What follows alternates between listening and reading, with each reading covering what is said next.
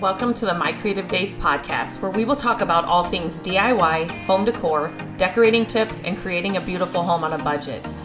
I am hoping our time together will spark a creative idea, help you plan your next DIY, or inspire you to finally tackle that project you keep putting off. Grab your favorite cup of motivation and let's chat.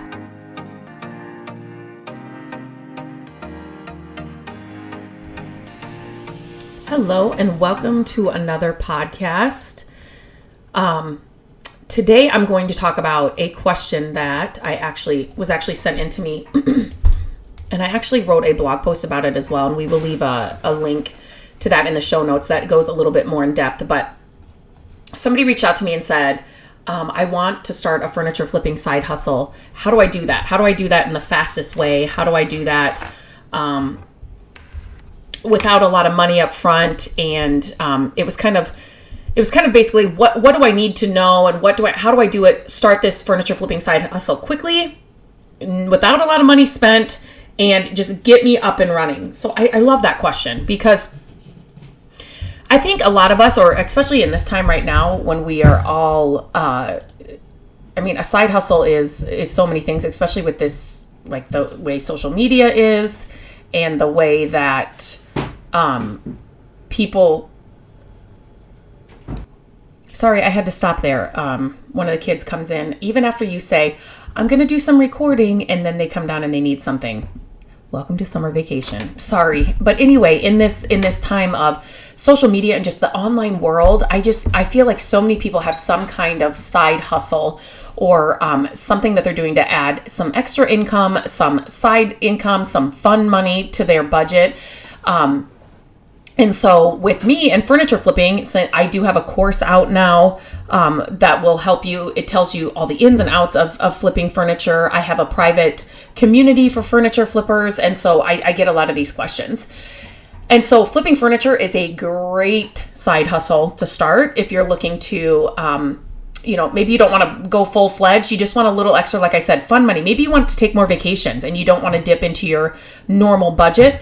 You just want to have a side income that'll help you with that. Maybe you want to just pay for your daughter's dance academy or whatever. I hear that dance is way expensive. Gabrielle did a couple of dance classes in preschool, and then that was it. But I hear that it can get crazy expensive. But so can sports anymore. Our kids played sports, and so, you have your club teams, and then you're traveling to games and things and tournaments. And so having a little extra money just for that and not have to use your regular budget, there's so many reasons why people want to start a side hustle. And a furniture flipping side hustle is such a good one to get into, and it's easy. You do not have to have tons of skills to start out. It can be super as simple as you want to make it. And so I thought I'd kind of tell you or share some thoughts and ideas that I gave this person back when we were kind of having this discussion. So if you are looking to start a furniture flipping side hustle, but you don't have any pieces to sell, well, first of all, I would tell you, do you have any pieces in your house that you can sell? Sorry, I had to take a sip of water. If you have pieces in your home that you can sell right now, start there. If there are pieces that are just off in the corner or up in the attic or down in the basement that are just taking up space, you're not really using them, start there. Start selling those pieces. But then beyond that, if you don't want to right off the bat, you want a side hustle where you don't have to invest a lot of money. Furniture flipping is that for sure. So I'm going to tell you how you can find free furniture. And number one is here is the best way to get free furniture, and everybody that you know is going to want to help you. So you need to tell everybody you know, all your friends, anybody you're related to, your close family, extended family, post it on your personal Facebook page, your personal Instagram page, your whatever other platform you post on. You let everybody you know and that you start to know and that you run into that you are looking for furniture pieces that they want to get rid of. You will get a lot of your family, friends, people that, acquaintances. You want to tell everybody you know that what you're trying to do, and that, you don't want to invest a ton of money in the beginning. So if they have any furniture to get rid of, contact you. You will be contacted. The more people you tell to tell more people, the more furniture you will get. So that is the number one way to do it. And again, in our world of social media, we all have a social media presence. I still don't have any personal social media presence, though I do it all for business, but I know everybody else, a lot of people have a personal presence on social media platforms. Post on there what your goal is and what you're trying to do, and you will have people reaching out to you.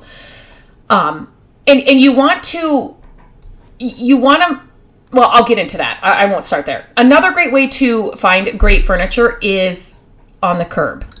Does that sound crazy?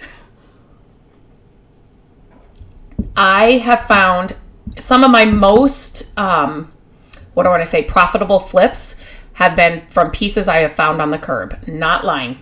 Over the years, we have found so many amazing pieces on the curb that, you will be amazed at what people put out on the curb. Now, I haven't found a curbside find in so long. I don't know what it is, but it's been years since I've really found anything. I'm trying to think, when was the last thing? I think it was in 2020 after the derecho came through, and I want to say that was the last one. But anyway, it's been a while. And so on the curb is the best place to find, is another great place to find free furniture that is worth it. Like, you will be amazed what people put out. Here's a little tip. If you live near a college where the students, reside, like they live on the campus, on dorms nearby, apartments nearby, drive around those dorms and apartments when school is letting out and when school is people are moving in for like the year. Drive around and you will be amazed at what you can find on the side of the road, just from those students. When school starts, they may be like moving dorms or moving apartments. They may have pieces that they thought would fit that won't fit, and they don't have transportation or any way to get it out, so they'll just leave it on the side of the road. Obviously, when they're moving out at the end of the school year, they may be moving out like back home. They may be moving, dorms, or they may be moving apartments, the same thing, and they'll just leave, furniture on the side of the road. So that is another great place. Even if you don't have a college near you, but maybe a half an hour away, get in the truck and just drive there around that time. If you know somebody that lives near a college, that they can contact you when they start seeing things being set out, or they know the students are moving in or out, they need to contact you, because that's a great place. Another way to find free furniture is, sorry, I always think that I turn that off when I start this, and your sites and apps like Craigslist, Facebook Marketplace, Nextdoor app, Let Go, anything like that, that you have access to. People will put things for free on those sites all the time. And a lot of times it's, like somebody's got to move right now. And it's like, they don't have time to sell it. They don't have time to have like a yard sale. They need to just get rid of the furniture, and they will put it on there for free. The only thing with those kinds of sites is that you have to be on there constantly, like every hour, because people are posting things, and those free items that are really good, that just happened to me.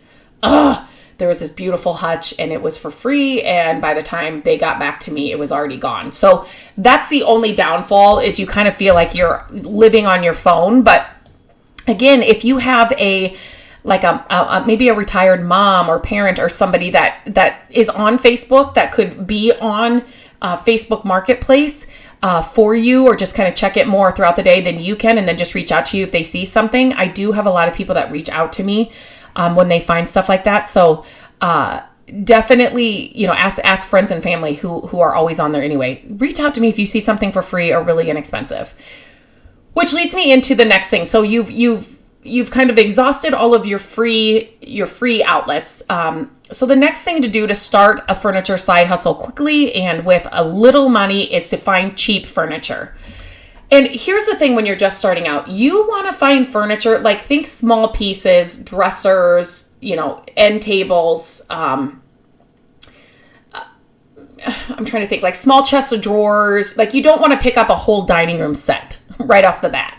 Buffets and hutches always sell quickly. But you want to keep it simple for you. And when you're just starting out like this, you do not want to pick up anything that needs a ton of work. especially if you're just starting out and your skill set is not perfected yet, or you just don't have a lot of experience. Just like with anything else you're going to start or do, until you get a little bit of experience underneath your belt, you want to kind of start simply.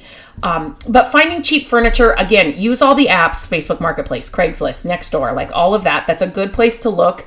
But also shop your thrift stores, yard sales, estate sales, auctions, online auctions. Those places, not all the time, but those places are great places to look to find cheap furniture. And you're basically looking for pieces that have value, that you can just sell for more than what you're buying them for. So, you can look for pieces. Here's like some people will just, get rid of free furniture or put a really cheap price on it because it just needs some cleaning. And that's what you're looking for. If you can pick up a piece that just needs a little bit of cleaning, and then, just put it on and sell it for more, that's golden. That's your golden ticket right there.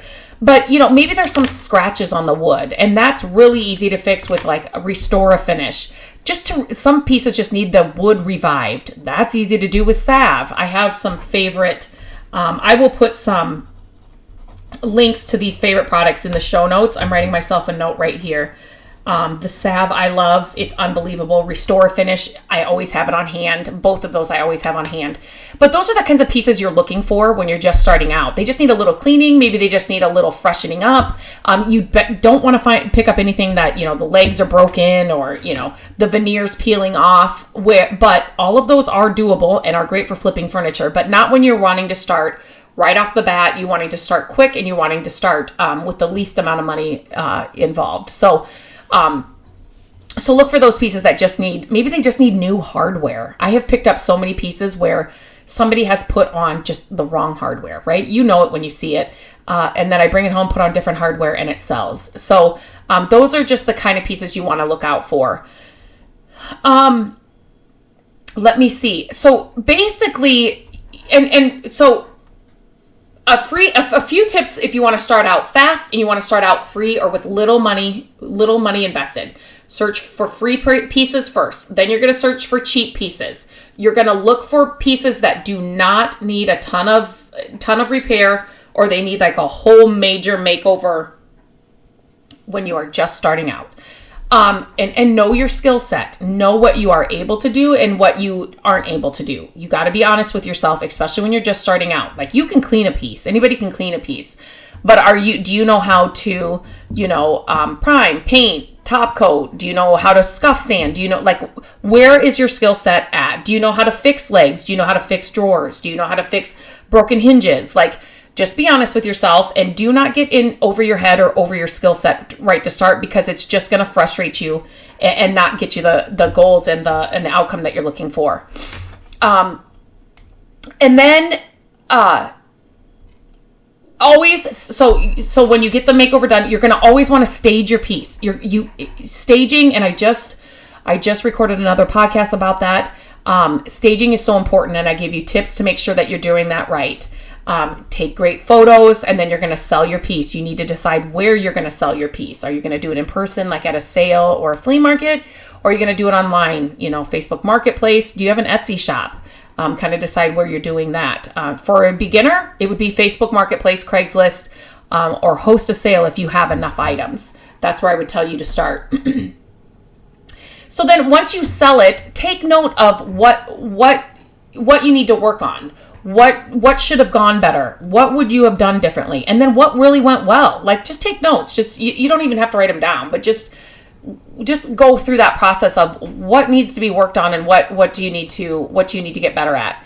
And then, congrats, you've got a furniture side hustle flipping furniture. Wow. I don't know what else was coming out there, but that's basically it. As far as supplies, if you're just starting out, I would tell you, I get this question a lot. What do you clean a piece with? Most of the time, 90% of the time, it's vinegar and water for me. Anything beyond that, when you're just starting out, don't pick it up. If you need something beyond vinegar and water, don't pick it up. I'm talking to those of you that want to start a side hustle quickly without spending a ton of money, and you want to start making a profit like ASAP. So don't pick up anything that you can't just clean with vinegar and water. As far as, if you can just find a piece that just needs cleaning and then you can flip it for profit, that's where you want to stay until you can start, getting some skill set underneath you. Besides that, you can paint, prime, and top coat. So that could be another cost that you could add to the mix. But to start out, you don't need to do those things. It's just finding those pieces that still have value. You can make a profit, over what you paid for it. That's what you're kind of looking for. Hardware can get expensive. So Restore is a great place if you have one of those in your area. Ask friends and family. I have had so many family members and friends bring me hardware that they either picked up at a sale, they took off another piece, and they know that I'm going to use it. Can I just tell you, word of mouth in the furniture flipping game is a game changer, and it's where it's at. Do not be quiet about what you're trying to do. You will have people coming out of the woodwork to give you hardware, to give you, maybe they've got leftover paint, to give you furniture pieces, to say, I know somebody that's actually looking for a dresser like that. Get the word out. Don't be quiet about it, because it's just going to help you so much especially in the beginning. It'll save you so much money because you're going to have people just bringing things to you, giving things to you that you can use that they're no longer using. And so as far as supplies, to get back to that, cleaning solution, that's easy, and you need an old rag.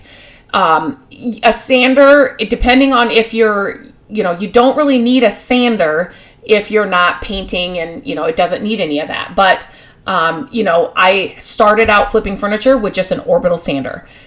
So that is something that you could have. Restore, Finish, and Salve. Those are two products for somebody just starting out, just looking for pieces that maybe just need a good cleaning, and there might be some scratches or something on the wood. The Restore, Finish, and the Salve are two things that I would say would be good items to have on hand before you want to start like priming, painting, top coating. So those two, and those are the two that I'll leave links for. If you want something beyond that, or links to like my favorite paint, my favorite sanders, those kinds of things, then reach out to me. But those two products right there can do so much just for reviving old wood, and just kind of cleaning up a piece even more, besides that they actually like scrubbing, cleaning up a piece to make it look even better, for just flipping, right in the beginning. So I hope it can be done. You can start a furniture flipping side hustle with really no money spent. It's just the way you go about it. It may take a little bit to get some momentum, but once you start going, and then as you start making money, then you start reinvesting into your business. You start reinvesting into, maybe some paint supplies. You start reinvesting some of that money into a really good sander, and then your skill set gets better, and then you can pick up even more pieces. And when you can start picking up pieces that need a little bit more work, like maybe, they need repaired, or there's some damage somewhere that you can actually fix, those pieces are usually really inexpensive because other people can't do those things. So that's where we're at now, where if I see a piece that's missing a drawer, or missing a cabinet door, or some of those things we can fix now. And usually you're finding those for well under $20. So your profit margin is just that much higher when you get it done. So I hope these tips were helpful. Let me know. Reach out to me if I didn't clarify something, or if you have a question, or if there's something else you'd like me to go further into. Let me know. Email me at lindsay@mycreativedays.com. You can reach out to me on Instagram at mycreativedays. I would love to hear from you. And if you are starting a furniture flipping side hustle, I would love to hear from you. Let me know how that's going. I'd love to cheer you on. So I will touch base with you guys next week. Have a good week, and we'll talk soon. Hello, friends. Thank you so much for listening to the podcast. I'm grateful that you tune in every week and that you share the show with your family and friends. I love having creative chit chats with you, and my hope is that this podcast will inspire you to try a new project, start a DIY that you've been putting off, and decorate your home exactly how you want it. There are a few ways you can help us with the podcast. Follow the podcast so you don't miss an episode. And if you could take a few minutes to leave the podcast a review, that would help us so much. Again, thank you for being here, and I look forward to our chat next week. Bye-bye.